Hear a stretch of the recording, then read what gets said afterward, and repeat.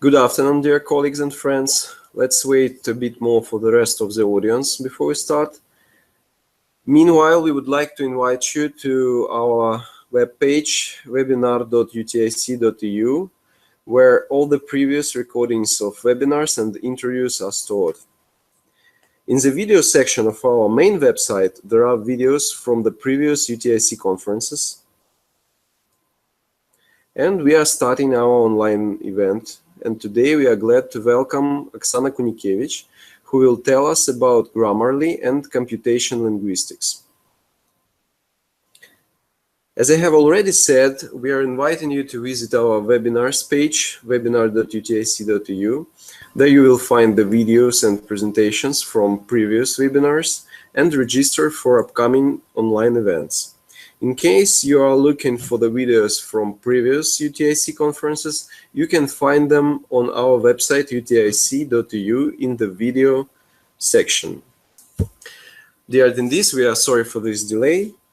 We kindly ask you to subscribe to our YouTube channel so you will be aware of our latest video updates. The webinar today will be hosted by me. My name is Stanislav Bogdanov. I am the CEO of the UTIC.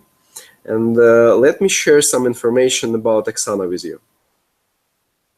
After graduating from Lviv Polytechnic National University 2 years ago, Oksana joined Grammarly as Computational Linguist. At Grammarly, she is working in the area of natural language processing. Her current projects are focused on error correction and stylistics. Oksana will tell us more about Grammarly herself. Oksana is also passionate about coding. She is one of the organizers of DjangoGirls workshop that aim to teach women to code in Python. Now it's time for me to turn it over to Oksana. And before I do that, I want to ask all of our attendees today to send questions in the chat window. I will ask them in the end of the presentation. Oksana, happy to welcome you here. What are you going to tell us today about the Grammarly and Computational Linguistics? You have the mic right now. Okay, hey. Hi, everyone. Thanks, Stas, for the introduction. And so today our agenda looks like this. I'll tell about 3 key points. First of all, I'll tell you more about Grammarly as a product, and I'll show you how to use it. And then I'll tell you more about the natural language processing and how it can be used in everyday applications. And in the end, we'll take a peek into a day of computational linguists in Grammarly and what I myself and my colleagues do every day at work. So let's start with the first point. What is Grammarly? Next slide, please. And next slide, please. Sorry about the technicalities. So the main goal of our product is to improve lives by improving communication. And this is the motto that every person at Grammarly keeps in mind when developing the product. So we not just make it about the money or about how many times the app will sell itself, but we make it in order to improve lives of other people by improving their communication. And as a product, Grammarly is a writing app that helps you to write clearly, effectively, and without mistakes. So for example, if you are writing a course paper, can you switch to the next slide, please? Sorry. Yeah, this one. Great.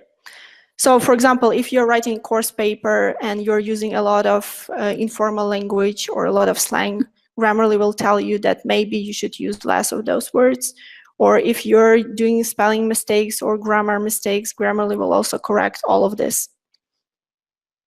And next slide, please. Yeah. And Grammarly is available for a number of platforms. You can install it as a browser extension in any browser, and therefore you'll have Grammarly checking your text everywhere. So if you're writing an email in Gmail, or if you're writing a Facebook post, you can see this small G button in the right bottom corner that is constantly checking what you're writing. Also, if you, for example, have a big text to check, you can go to the You can go to the web editor and paste or write your text there, and Grammarly will check everything within minutes. And we also have plugin for Office, and also brand new. It's not even on the slides yet because it's actually the news, exclusive news from today. Today we are launching also Grammarly for mobile. So actually we just launched it like 10 minutes ago. So you're probably the first people to hear about it. So now you can also use Grammarly in your mobile phones. And also Grammarly is free. So you can install it, you can sign in, and you can use it for free. We also do have a premium version, which features more advanced checks, such as checks for stylistic or for example, sentence structure. And next slide, please. And this is our team as of last year in Greece. Today, it's probably twice as big. And we have offices in Kyiv, in San Francisco, and in New York. So 3 offices, but the general amount of people is located in the Kyiv office. I'll tell you more about natural language processing. So NLP stands for natural language processing. And can you, next slide, please. And it stands somewhere on the intersection of artificial intelligence, linguistics, and computer sciences. So like, if to say shortly, what is NLP? The main goal of NLP is to make computers understand human language in order to perform some useful tasks. So for example, we have natural languages like Ukrainian, English, German, but if we talk to the computer with that language, the computer would not understand us. So we have to transform it somehow for the computer to understand us. And if, for example, we will say in English for the computer, please order me pizza, the computer will understand us and actually order the pizza for us. So it makes something useful for us. So what for do we need these NLP applications? Where are they used? Next slide, please. Yeah, generally there are 2 types of NLP applications. The analysis applications and applications for transformation. Applications for analysis, they take the input text or speech and they analyze it somehow and give you some result about it. And transformation applications, they take your input text or speech as well and they transform it somehow. So on the output, you will have some transformed speech or text. So let's talk about analysis applications. First, very popular one, and probably everyone of you know, is spam filtering. I guess probably every one of you, at least once in life, received a spam email. It was a really popular problem in the 90s where you would get like a email from African prince telling you that you have some inheritance, or the email was telling you that you won from national lottery, etc. Well, nowadays, this problem is not very, like, you don't receive that many spam emails now because this problem is relatively solved and the spam filters now are really good. So now the computer knows for sure that if the message comes to your inbox, it's something important from your boss, or is it the spam email, so you don't even have to look at it. And the second application is sentiment analysis. If, for example, you have a restaurant review, and you have automatically to tell if it's good, if it's positive, if it's negative, or if it's just neutral. So this is the task for sentiment analysis. Sentiment analysis, previous slide, please. Yeah, thanks. So the sentiment analysis is extremely useful in social media monitoring, and for example, even Obama administration used sentiment analysis during the presidential campaign to gauge the opinion of public. So it's quite useful tool. And next slide, please. Let's look at this tweet. If we would use sentiment analysis, like, wow, 35 minutes to get a cup of coffee, great job, coffee cup. Probably the sentiment analysis would tell us that it is a positive review, right? Because we have this words like, wow, great job, so it's kind of positive. but it is not. And this is the task for sarcasm detection. This problem is relatively new on the NLP field, in the NLP field, and there is a lot of research going on, but this problem is not solved yet because it's really hard for computer to detect if it's sarcasm or not, because sometimes people can't detect it as well. So it's a really interesting task. And next one. And of course, search engines like Google. NLP helps to better understand what exactly user is searching for.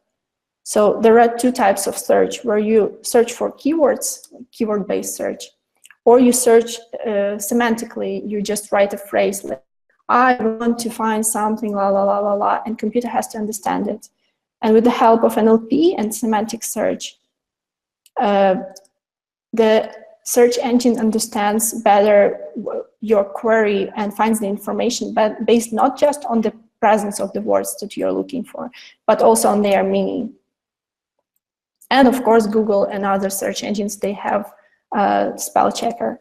So you can lazily type whatever you want and hope that Google will understand you. So probably all of us have done this. And let's move to transformation NLP applications. Example, which is probably the most popular, is machine translation. So the task of machine translation is to automatically convert one natural language into another. And while doing this, to preserve the structure of the language and to preserve the correct meaning of the text. And because various languages have various structures, it could be quite challenging. And let's look at the example of the machine translation between three languages. Next slide, please. So here you can see the example of the machine translation between English, German, and French. And you can see all of those transitions where we have to preserve the structure of the language. We have to take into account that in German we have articles and we put the verb in the end. So we have to take everything into account, and this is quite a challenging task for NLP. Please. Another example of transformations is text summarization. It is used for automatical report generation, for generation of news feeds, etc. And the main idea, the main goal is to take all of the key thesis, all of the key points from the document and summarize it into something very short. So the human, like, you don't have to go over all of those documents. You can just read summary automatically generated for you. Next slide, please. One more example, which is quite popular, it's speech-to-text or text-to-speech processing. Everyone of you probably used Siri or Cortana or a smart house, Alexa device. Those are the devices that recognize your speech or recognize your text and perform some tasks. For example, like if you say to Amazon Alexa, please turn on the lights, it will do that for you in a smart house. Next slide, please. So another transformation application is question answering. Basically, the system can just answer any questions you ask them. Well, almost any questions, as you can see from the picture. And question answering systems are of two types. There are general open domain question answering systems, where you can ask any questions or from any domain, or there are closed domain systems, which are more specified and limited to a specific domain. And these question answering systems are widely used in customer support in many companies. And last but not least, error correction. And of course, one of the examples is Grammarly. And I just wanted to mention this applications is just, we just briefly overviewed some of them. It's not the whole list. There are many more other applications using NLP technologies. And going back to error correction, Grammarly as example. So we will see and look more how we do NLP at Grammarly. and how do computational linguists work at Grammarly every day. So first of all, some statistics. Non-native speaker makes at least one mistake every 10 words. And the most popular mistakes are spelling, prepositions, missing articles, missing redundant punctuation, or word choice. So every 10 words, people tend to make mistakes. And some more statistics. Grammarly corrects around 5 billion words per day. Checks 5 billion words per day. And among these 5 billion words, we correct approximately 2 million mistakes every day. So it's just the statistic for one day. And all these mistakes are corrected with the help of computational linguists. So who are the people? What do they do? Well, in order to be a computational linguist, you have to love the language. That's the first important part. You have to be very fluent in structural linguistics. You have to know the linguistic ambiguities. You have to have the research skills. But also you have to know how to talk with a computer, its language. So you have to be a good translator into a computer's language, which means you have to know how to code. And also you have to have the technical skills and know some computer science skills. So this slide shows some of the skills that computational linguists have. And my personal story, this one. My personal story is, I always loved foreign languages and I always loved coding, and I found this profession helps me to have these two my passions in one. So this is what computational linguists do. They do both language and computer sciences. And so this is how the life cycle of the new feature looks like. For example, the computational linguist gets new task to develop some new check. First, we have to research the problem. We have to read all of the rules. We have to know all of the exceptions and take that into account. Then we have to decide on the approach, how we're going to develop this check. Then, after deciding the approach, we need to develop the actual algorithm in order to code this check. Then, after the algorithm, we test it, of course, and then we can release it to production so the users can use this check. So the users actually write and this check fires up and corrects their mistakes. And of course, we always monitor the feedback if the users accept this check, what users like, what users don't like. So this is basically the life cycle. And then let's look at this on some concrete example. Say, for example, we have the mistake missing article. This is among one of the popular mistakes that both native and non-native speakers make. So we have a sentence, I borrowed excellent book from my friend. And we know that we have to put an article before excellent, right? So this is our task. The first stage, we have to do the research. We have to research the problem. Of course, there are grammar rules, like a singular noun without an article has to have always the article, right? We have to take into account that the article has to agree with the noun or with the adjective if it's present before the noun. So we have to take into account if it should be a or an. Also, we need to know that the noun is for sure countable, because we don't use articles before uncountable nouns. These are all parts of the research.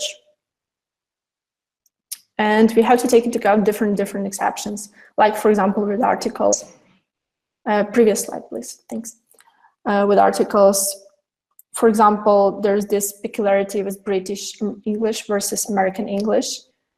The word herb or herb is pronounced differently in different English accents. In most American accents, the H in herb is silent. So Americans usually say an herb. But in British accents, the H in herb is actually pronounced. That's why the British users will use a herb. So we also have to take that into account and be careful with all of those peculiarities. Okay, so we have researched our problem. We know all of Now we have to go to the approach. And next slide, please. We have to decide which approach we will choose in order to develop our check.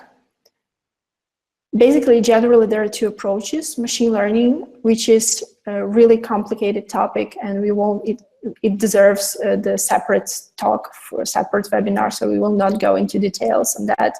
But basically, it's just using a lot of data in order to discover patterns and autonomously learn from data and information.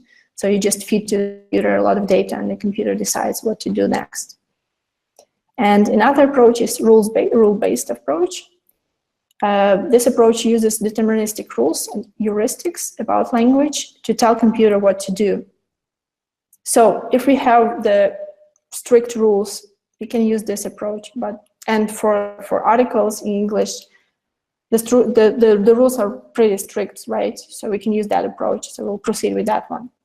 Okay, so we have chosen our approach. Now we need to develop an algorithm. So we have our sentence, and we have to check every noun phrase in the sentence, right? And then we have to check that there is no article modifying the noun in this noun phrase, because we need to insert this article, so the article is missing.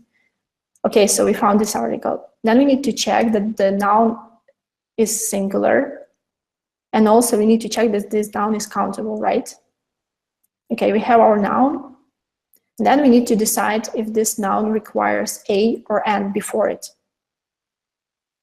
Okay, and then in the end, if we have all this information, we can add an article to the noun phrase, right? So this is our algorithm, how the person, previous slide, please. Thanks. So this is our algorithm, how the person would tell it. But you can't just sit and say to the computer like that, because the computer won't understand this. So how do we formalize all of this? How do we make the computer understand our algorithm? In the next slide, please. Well, and the answer is tree. Yes, trees, but not just normal trees, but linguistic trees. And so there are different types of trees in linguistics, and basically the tree is a special form of the representation of a sentence. We will look today only on the constituency trees, and for the constituency tree, you can see the picture below, the scheme here. This is the constituency tree represented visually, and so in the constituency tree, every token is a part of some phrase. So, for example, we have the verb borrowed, which is a part of the verb phrase. If you look from the down to the top. And so in the constituency tree, we can see relations among the constituencies. And the constituency trees, they have the hierarchical structure. So we go from the down to the top, from the bottom to the top. So we can see our noun phrase, excellent book, here.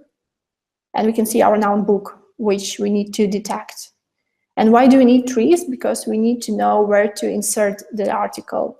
If we would always insert the article only before the noun, we would have, I borrowed excellent a book from my friend, right? So we need to know the boundaries of this noun phrase in order to insert the article at the beginning of the noun phrase. So in this case, we'll insert the article before the adjective. And we will also agree the article with the adjective, so it will be not a, but en, right? Okay, next slide, please.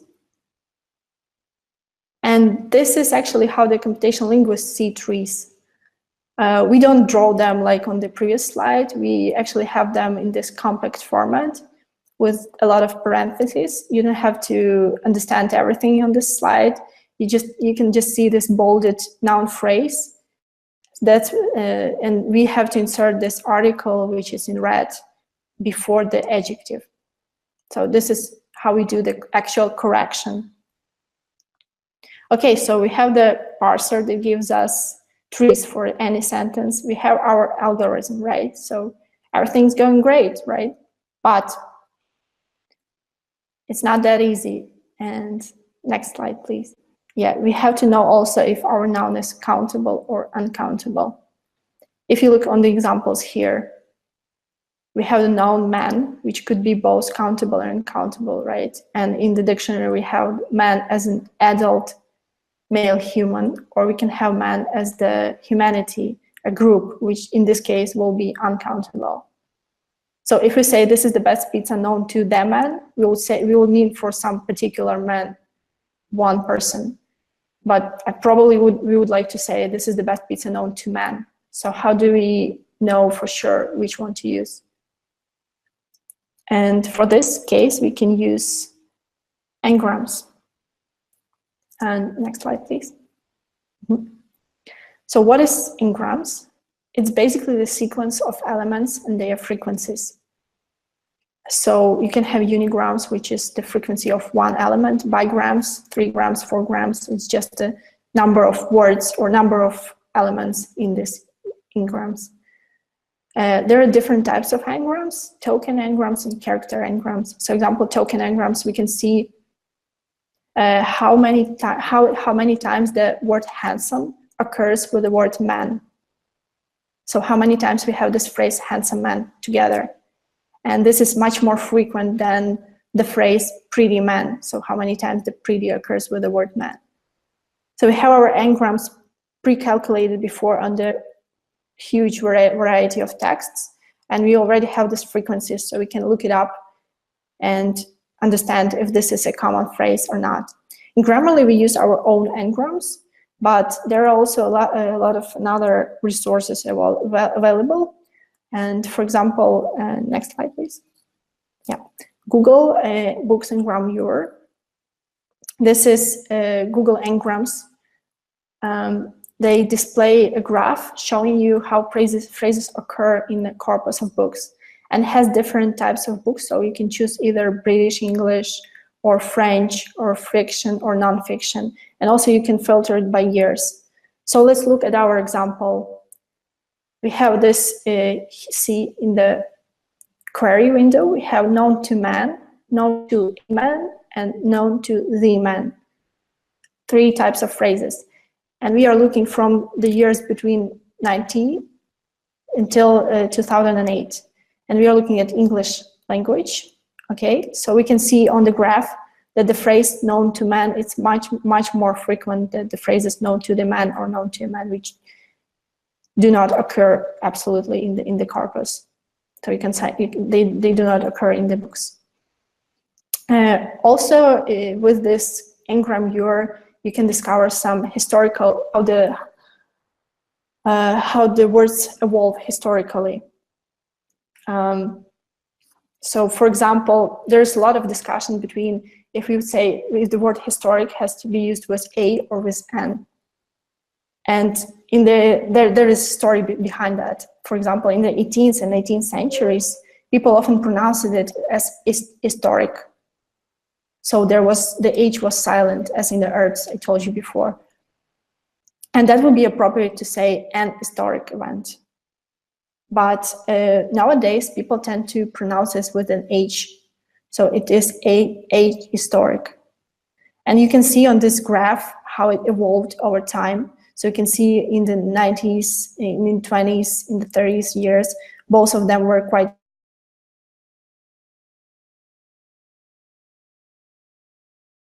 You can discover different historical evolvement of the language with this Google Books Engram viewer, which is quite cool, I think. Okay, next slide, please. And also, it was just a very brief explanation of how computational linguists develop algorithm. And of course, there's also some magic involved with the coding, actual coding, but we will not get into details about it. So let's say, for example, okay, our algorithm is ready. Now we have to test it somehow, right? If it works. How do we test it? In order to get sentences to test the algorithm. First of all, we can get sentences from books, or we can take the examples from grammar rules, which are always very basic, short sentences. We can imagine some sentences, or we can use corpora. This is probably the best solution. So what is corpora? Basically, corpus is just a large collection of texts. There are different types of corpora. Next slide, please. So it could be monolingual, it could be bi or multilingual, different languages. It could be written corpora or it could be spoken corpora. There are general corpora where you have different topics, or specialized where you have only, for example, medical texts. Corpora could be raw text where you just have sentences, or it could be tagged text where you have the sentences, where in each word you have the tag for the sentence, meaning that this is actually a noun or this is actually a verb in past tense. And corpora also can be synchronic or diachronic, depending on the time how they were compiled. So there's a lot of different corpora. And let's look at the example of one of the corpora and what we can do actually with it. And next slide, please. Yeah. So this is publicly available, online available corpus of contemporary American English. And the good thing about it that you can look for not just for actual words, but you can look for wildcards. So you can use the wildcard or tag article, which you can you choose the article all, and you choose book, and you will receive the result with all the articles used with the word book. So if you press the button, and next slide, please. Yeah, you'll get the result that, well, obviously, the articles used with the book is the and a. And also every no probably somewhere tagged as article. Well, they are not very frequent. You can see the frequency here, how many sentences are there. So you can do different multiple queries in this corpora. And you can look for some examples. You can find sentences in order to test your algorithm. And yeah, that's how we do in Grammarly. Yeah, and finally, after we tested everything, after we have our algorithm ready, we release it into production. So the user can actually see our check, and this is how it looks. Next slide, please. Yeah, so you have our sentence, and you have the noun, which is underlined, and you have the proposed substitution, either an excellent or the excellent, depending on the situation. If you don't have enough context, we can't say for sure. So this is the whole life cycle of the Grammarly checks and how computational linguists develop the checks in Grammarly. Well, roughly.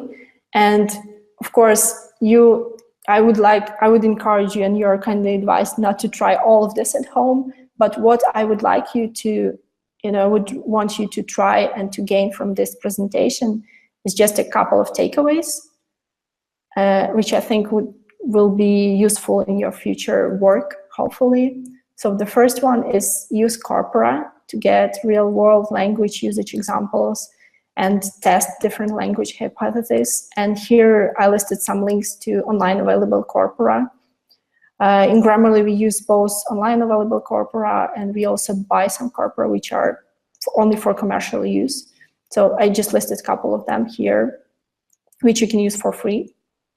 And the second takeaway is use Google Engrams in order to check idiomaticity and frequency of the phrases, of the words, in order to discover some interesting historical evolving of the language.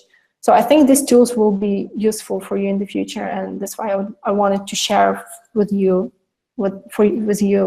these tools. And I guess this is it from my side.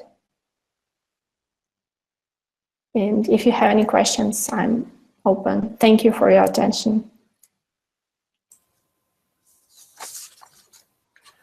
Thank you, Oksana, for explaining such a cutting-edge and promising topic. So we are moving to questions. While my colleagues are summarizing them, there are some questions from me. What is the most commonly used coding language at Grammarly? Well, it depends on the team. If you talk about computational linguist, we mostly use Lisp, which is quite rare language. It's not very popular, but it has this parenthesis notation So it looks almost like the trees I showed you with all of these parentheses. And it's very, very easy to use with natural language, for natural language processing. And we also use Python. Okay, thank you. One more question. A computational linguist is a person who elaborates algorithms to check mistakes? Yes. So we have both computational linguists and we have researchers in Grammarly, and we collaborate together and develop algorithms.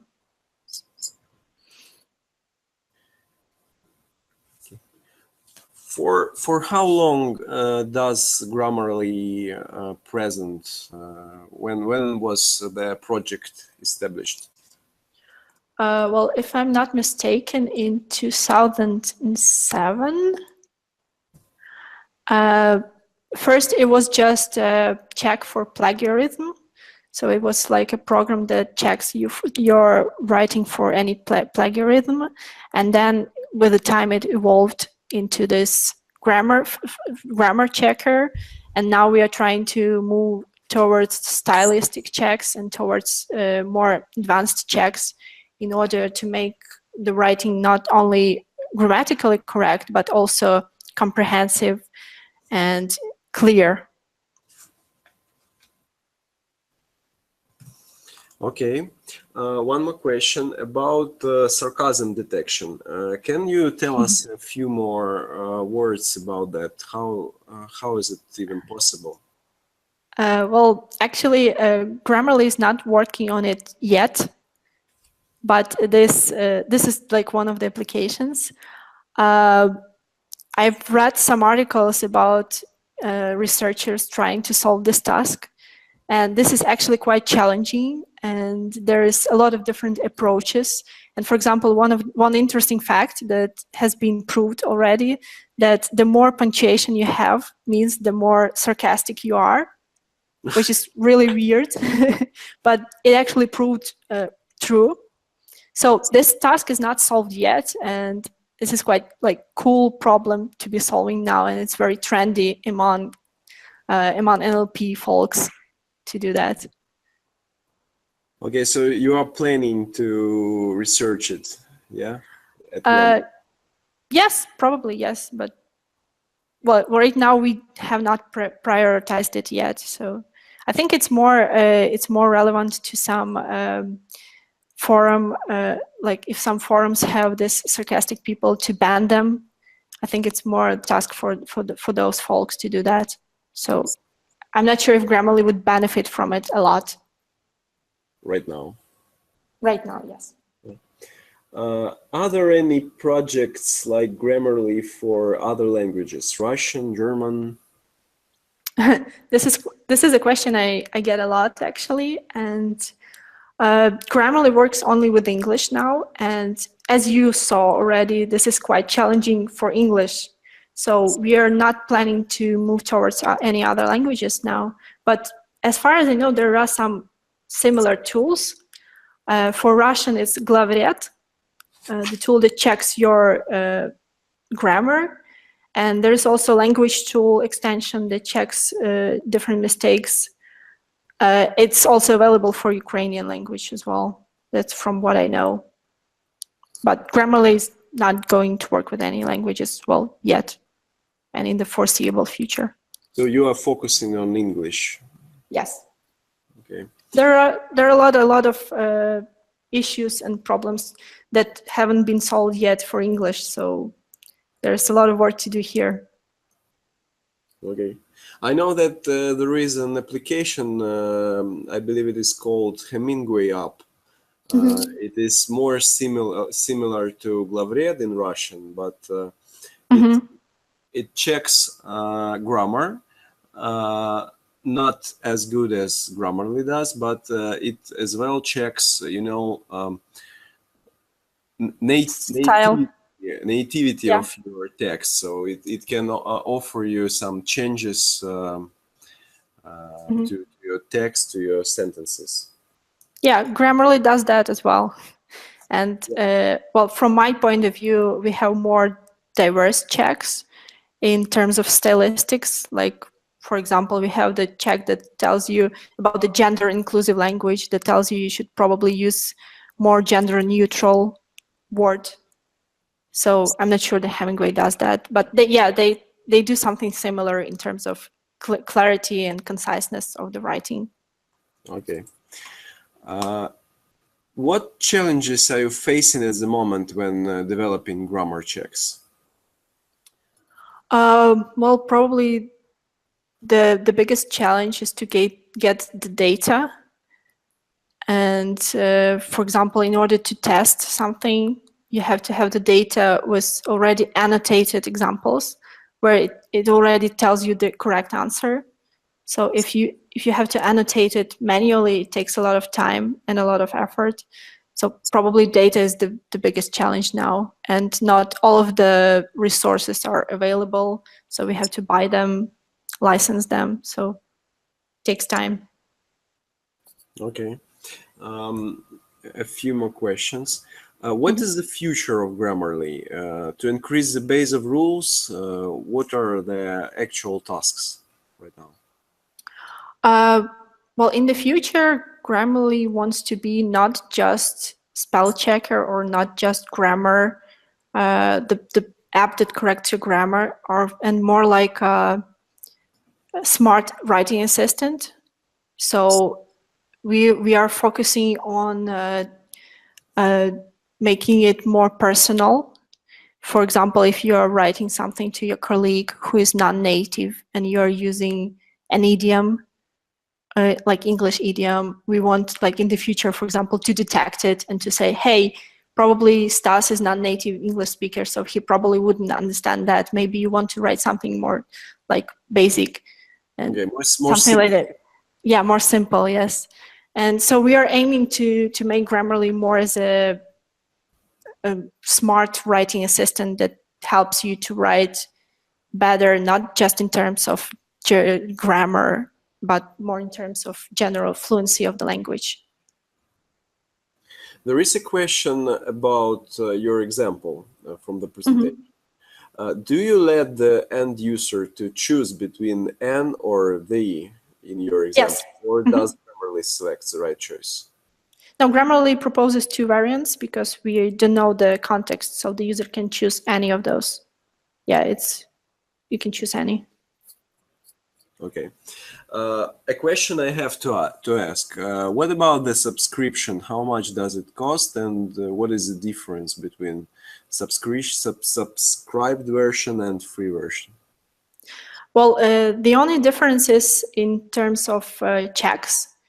For the paid version, you get more advanced checks. For example, the stylistic checks that I mentioned before, and the checks for the fluency of your sentences. If you say, for example, your sentence is written like non-natives tend to write sentences the same way as they say, like, for example, in Ukrainian. So Grammarly helps you to correct the whole sentence.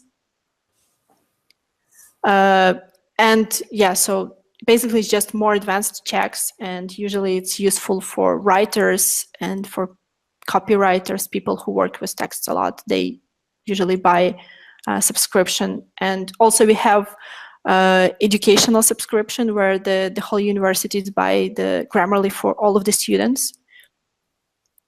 And also, as far as I know, we even had NASA buying one part of NASA buying Grammarly subscription for the whole team. So this is quite a cool fact. Maybe they need to check their text while emailing between International Space Station and Houston. That's what I hope. That would be quite cool to develop something for like calls like that. A slightly provocative question. Do you think about human translators be totally replaced by machine translation, or machine translation plus AI? Will it happen, and when? Well, this is a global question and global discussion that's going on right now everywhere about artificial intelligence taking over. I don't think it will happen soon. We do have the aim to beat the actual editor So we benchmark Grammarly against human proofreaders. Mm-hmm. But there are a lot of cases where, well, people are not sure, or people have different variants of correction. So how the machine can be sure and how the machine can do that. So thank you so much, Oksana. We have feedbacks in the chat. Thanks for your helpful service. I usually use it on my PC while browsing the net and emailing. Thanks for answers. So thank you very much for answering the questions. Before I share a few announcements of UTIC with the audience, I'd like to welcome everybody to ask more questions in the comments. We'll ask Oksana, and I think she wouldn't mind answering them later. yeah, or sure. just share your thoughts and experience in the comments. To stay in touch with UTIC, please be invited to Ukrainian Translation Industry Conference page on Facebook and to other social pages. Please find the links in the description of the video on our YouTube channel. We are also inviting you to join our next webinar by Renata Beninata, the General CEO of the translation company. Renata will tell us about his same name book, which condenses decades of combined experience in an easily entertaining format. Register for the webinar to find out more. The registration link is in the dialog window right now, in the chat window, and we'll share it in the description to this video. We are introducing one more time the first UTIC Camp 2019 and UTIC webinar sponsor, Language Solutions Pro company. It is our platinum sponsor, and we are glad that our standing partner is supporting us this time too. Now in the chat window you can see the feedback link. Please follow it to share your opinion on this webinar with us. We strive to perfection, and your thoughts are highly appreciated. And thanks to Oksana one more time. Thank you.